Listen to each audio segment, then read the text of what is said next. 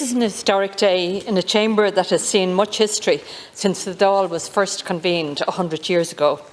It is the first time that the office of Taoiseach is rotating between coalition partners, but this arrangement has been entered into for party political interest rather than the national interest. In truth, the changeover will barely be noticed by the people outside of this House who we serve. Without any accompanying fundamental changes in policy or political priorities, this is change for the sake of political expediency rather than political purpose.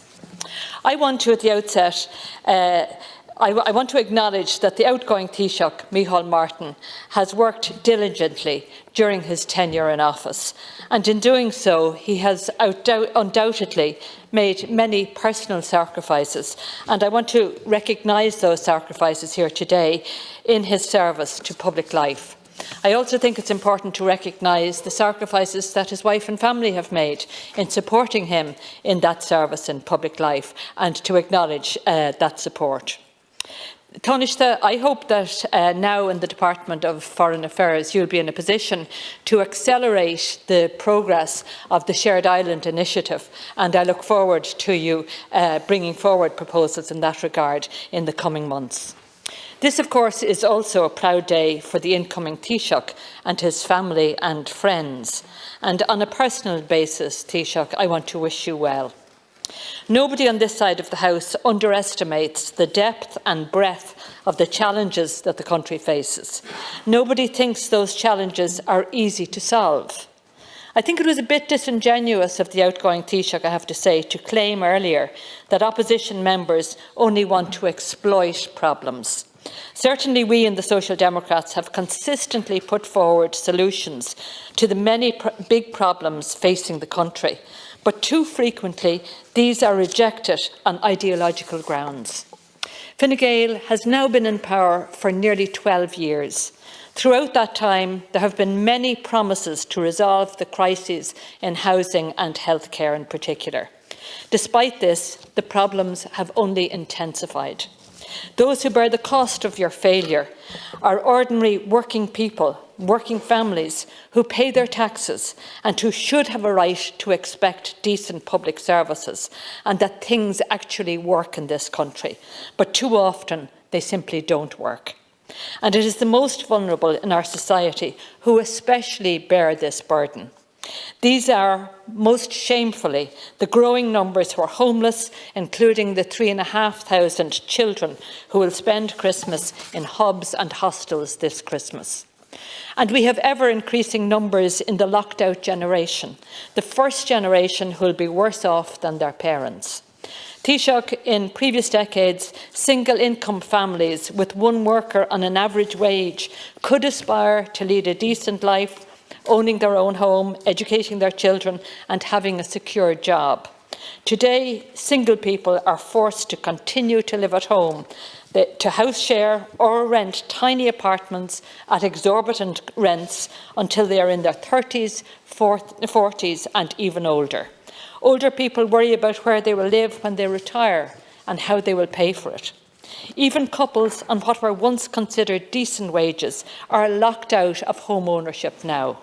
Many are again considering emigration.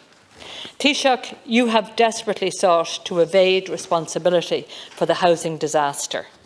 But even if we judge you not on the past 12 years, but solely on the record of this administration, it is clear that the government is failing. Since this government assumed office in June 2020, just 2.5 years ago, house prices have gone up steadily. Rents have gone up steadily. How are people in the communities we all represent supposed to pay these kinds of prices? Today, you tell us that your big plan on housing is to accelerate the implementation of housing for all. You refuse to make any changes in the face of the overwhelming evidence that your housing plan is simply not working. After nearly 12 years, Fine Gael still won't accept that its housing plans have led to a housing disaster. And saying, Taoiseach, that you'll do, quote, whatever it takes today, that's not a policy. Saying you'll do whatever it takes is simply not a sustainable policy. Taoiseach, for too long also the Irish people have endured a situation in which healthcare is delayed, deferred and often denied, with frequently devastating consequences. And it is becoming more and more difficult to retain our excellent healthcare workers in a system that fails them too. Sláinte Care, of course, can change that, but implementation has been painfully slow. Why is there such resistance to reform? Who stands to benefit? Because it's not the Irish people. The Sláinte Care plan is not actually radical. It sets out a blueprint to bring the Irish Health Service into line with almost all other EU countries, services that are free at the point of delivery. People can attend the doctor, a speech and language therapist, a mental health service or access home care when they need to, without worrying about the cost of or indeed lengthy waiting lists. If that sounds revolutionary, it certainly shouldn't. Ireland's current two-tier model of healthcare is an outlier, not an exemplar. Nowhere is that more evident than in our shamefully inadequate disability services. Children with disabilities and their families must battle from the day they are born. It is shocking that their biggest battle is often with the state to try to get basic services like an assessment of need, essential therapies or a school place. This abject neglect has disastrous consequences. Children's development is severely limited and they are prevented, of course, from reaching their full potential.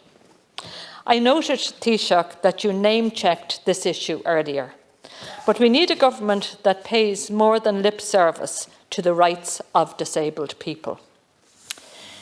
Taoiseach, in much of Irish politics and Irish public life, we see the corrosive effect of the Golden Circle, a fast track for insiders whose connections confer unfair advantage. We also regularly see a revolving door between politics and business, with former Fine Gael ministers in particular fans of reinventing themselves as lobbyists.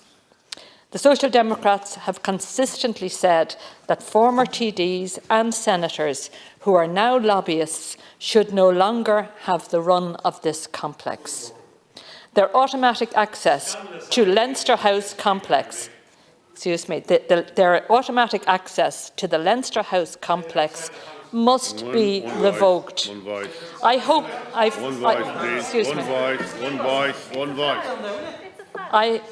I hope, Taoiseach, you will support the Social Democrats in moving an amendment to this effect in the long-promised legislation that we're due to get from Minister McGrath. It's also now more than 2 decades since our ethics legislation was updated. There are apparently plans for this government to do so, we're told. But there were also plans to strengthen our ethics laws back in 2015, and they, of course, ran into the sand. The Social Democrats will work constructively with your government if you are serious about improving ethical standards. Part of that reform must entail removing any doubt at all about SIPO's ability to investigate the decisions of Taoiseach when necessary. Taoiseach, earlier Deputy Emer Higgins surprised many of us by likening you to Santa.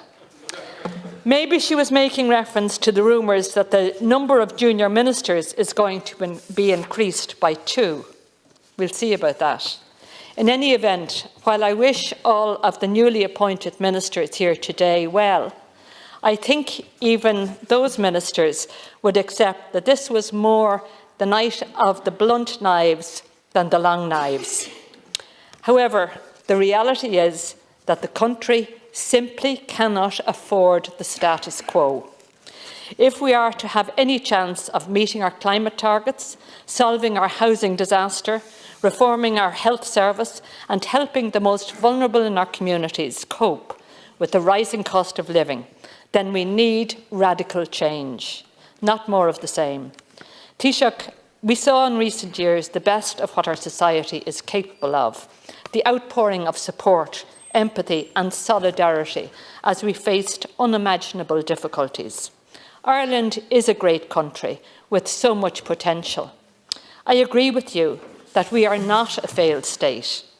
But I do think that we have failed policies being implemented by your government that are simply exacerbating endemic societal problems that desperately need to be fixed. Instead of some cosmetic changes at the Cabinet table, we need real reform. We need to do things differently, and we need a new politics informed by the principles and the values of social democracy that prioritise prosperity and fairness for all of our citizens. Thank you.